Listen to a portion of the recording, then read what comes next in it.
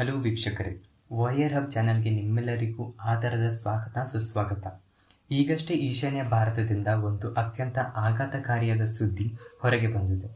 ಭಾರತೀಯ ವಾಯುಪಡೆಯ AN-32 ಸಾರಿಗೆ ವಿಮಾನವು ಇಂದು ಅಸ್ಸಾಂ ಜೋರತ್ನಲ್ಲಿರುವ ರೌರಿಹಾ ವಾಯುನೆಲೆಯಲ್ಲಿ ಪತನಗೊಂಡು ಬೆಂಕಿ ಹೊತ್ತಿಕೊಂಡಿದೆ ಎಂಬ ಅತ್ಯಂತ ದುಃಖದ ಸಂಗತಿ ತಿಳಿದು ಬಂದಿದೆ.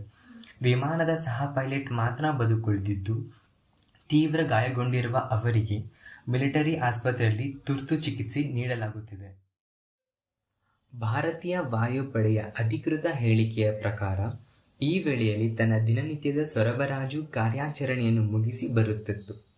ಇಂದು ಬೆಳಗ್ಗೆ ಸುಮಾರು 10 ಗಂಟೆಗೆ ವಿಮಾನವು ರನ್ವೇ ಮೇಲೆ ಯಶಸ್ವಿಯಾಗಿ ಲ್ಯಾಂಡಿಂಗ್ ಆಯಿತು.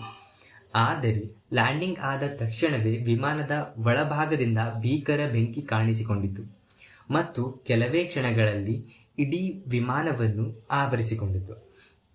ಈ ಸಮಯದಲ್ಲಿ ದೊಡ್ಡ ಮಟ್ಟದ ಸ್ಫೋಟ ಶಬ್ದ ಕೇಳಿಸಿತು ಮತ್ತು ವಾಯುನೆಲೆಯ ಮೇಲೆ ದಟ್ಟವಾದ ಕಪ್ಪು ಹೊಗೆ ಆವರಿಸಿತು ಎಂದು ಪ್ರತ್ಯಕ್ಷವಾದಿಗಳು ತಿಳಿಸುತ್ತಾರೆ.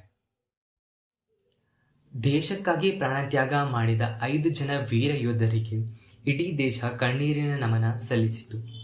ಈ ದುರಂತದಲ್ಲಿ ಹುತಾತ್ಮರಾದವರು squadron leader Prashant Singh, flight lieutenant Shubhman Kumar, surgeon Jitendra Sharma, ಅಗ್ನಿವೀರರಾದ ಕೆಮರನ್ ಕುಮಾವಾತ್ ಮತ್ತು ದಿನೇಶ್ ಅಲಾಮ್ ಎಂದು ಗುರುತಿಸಲಾಗಿದೆ.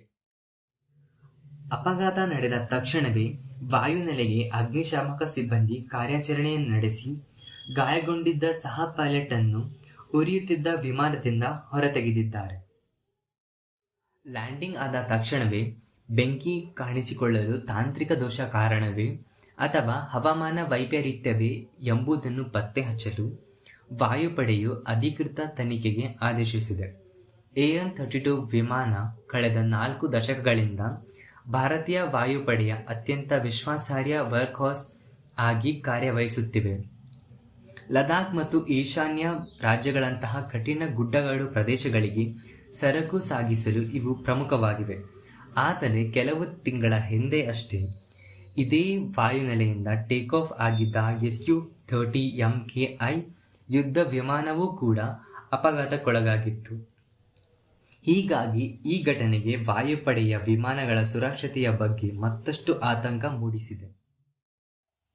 ದೇಶಕ್ಕಾಗಿ ಮಣಿದ ಈ ವೀರ ಯೋಧರ ಕುಟುಂಬಗಳಿಗೆ ನಮ್ಮ ಚಾನೆಲ್ ವತಿಯಿಂದ ಆಳವಾದ ಸಂತಾಪವನ್ನು ವ್ಯಕ್ತಪಡಿಸುತ್ತೇವೆ.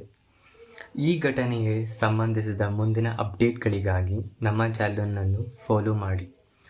ಭಾರತದ ಹಳೆಯ ಮಿಲಿಟರಿ ವಿಮಾನಗಳ ಸುರಕ್ಷತೆಯ ಬಗ್ಗೆ ನಿಮ್ಮ ಅಭಿಪ್ರಾಯವೇನು ಎಂಬುದನ್ನು ಕೆಳಗಿನ ಕಮೆಂಟ್ ಬಾಕ್ಸ್ನಲ್ಲಿ ತಿಳಿಸಿ. ಈ ವಿಡಿಯೋವನ್ನು ಲೈಕ್ ಮಾಡಿ, ಶೇರ್ ಮಾಡಿ ಮತ್ತು ಸಬ್ಸ್ಕ್ರೈಬ್ ಮಾಡಿ. ಮತ್ತು